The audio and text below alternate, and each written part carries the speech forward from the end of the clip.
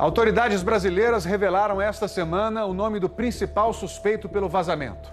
O navio Bubulina, operado por uma empresa grega especializada no transporte de petróleo. O navio agora está em alto mar e a gente tem um mapa que mostra a localização dele em tempo real. Vamos ver?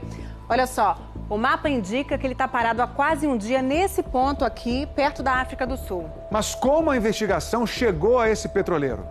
Vamos ver agora na reportagem da Sônia Bride. As evidências começaram a manchar as praias do Brasil no dia 2 de setembro. Mas quando o crime foi cometido? E onde? E por quem? Muitos buscavam a resposta. O primeiro passo foi tentar refazer o caminho do óleo com base nas correntes marítimas e ventos. O espaço foi sendo delimitado, mas ainda com divergências dependendo do modelo usado.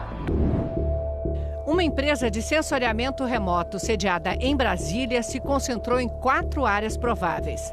A lógica é a mesma de buscar câmeras de vigilância que possam ter flagrado um crime. Só que nesse caso, as câmeras estão em órbita da Terra. Imagens de satélites foram acionadas. Na medida que estavam disponíveis essas imagens, nós fomos montando meio que um exercício dia a dia para o passado. É como ler um livro de trás para frente, um dia de cada vez. Foram analisadas 829 imagens de satélite. Tudo junto dá mais de 1 bilhão de quilômetros quadrados, varridos por um programa de computador que aponta anomalias que podem ser manchas, até chegar ao vazamento. Análises de 3 satélites diferentes chegaram à mesma conclusão.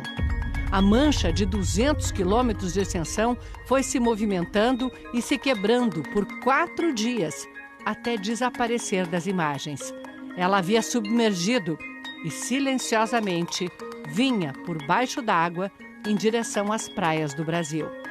Sabendo quando e onde, foi possível buscar outra resposta. Quem?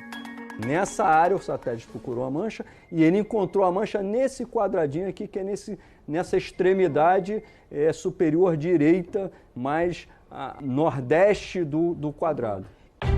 O satélite localizou a mancha pela primeira vez no dia 29 de julho, às 11h55, horário padrão internacional. 12 horas antes, ela não estava lá. Nesse período, 3 navios passaram na área. Um carregado de automóveis, um com grãos, e o terceiro, que já estava na lista dos 30 investigados pela Marinha, o navio-tanque de bandeira grega Bubulina, carregado com 160 mil toneladas de petróleo cru da Venezuela. E aí a mancha foi encontrada nesse pedacinho. Isso, nesse pedaço aqui. E no dia, o vento era nesse sentido, ou seja, o vento vindo de sudeste, o que ajudou a espalhar a mancha, e a corrente indo para o oeste. No momento em que o satélite flagra a mancha, o Bubulina está saindo do quadrilátero. No dia 18 de julho, o navio deixou a Venezuela carregando 1 milhão de barris de petróleo. Dia 27, passou entre Fernando de Noronha e o Atol das Rocas, áreas de proteção ambiental do Brasil. Dia 28, entrou no ponto onde a mancha foi encontrada. O tempo todo, ele manteve velocidade constante e o sistema de localização por satélite ligado.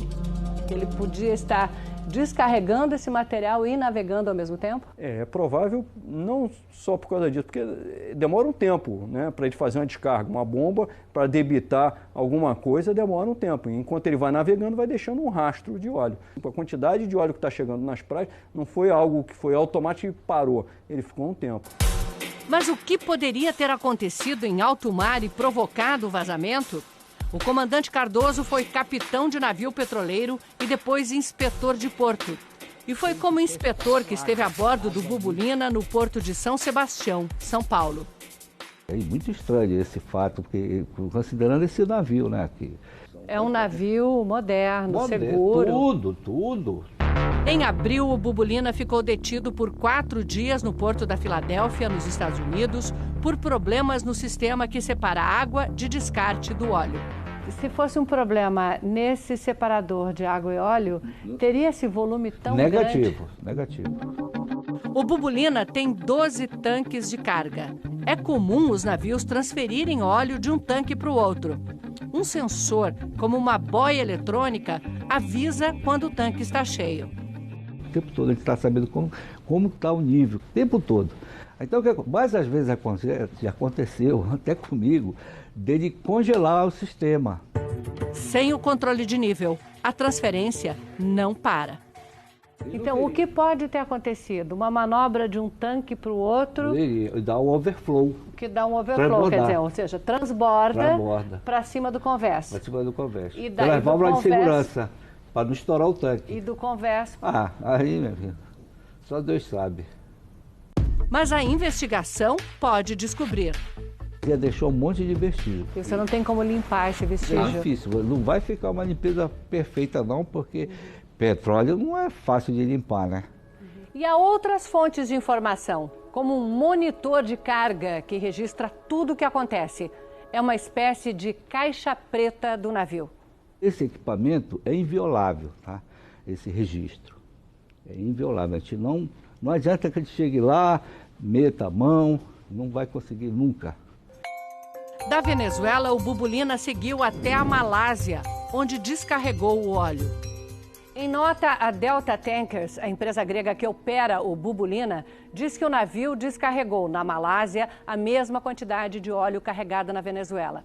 A empresa não quis dar entrevista, mas afirma que uma busca nos sensores e câmeras do navio não encontrou provas de que tenha havido vazamento ou qualquer outra irregularidade e que esses dados vão ser compartilhados com as autoridades brasileiras. As provas reunidas até agora contra o Bubulina são suficientes para processá-lo numa corte internacional e mesmo no Brasil? Não, até agora é necessário, ele é um suspeito e existe grandes possibilidades de ser ele. Mas não existe um flagrante assim, não existe uma fotografia dele lançando o óleo. Por isso a investigação continua. Muitas das respostas estão a rumo da Indonésia, onde o Bubulina deve atracar daqui a 2 semanas.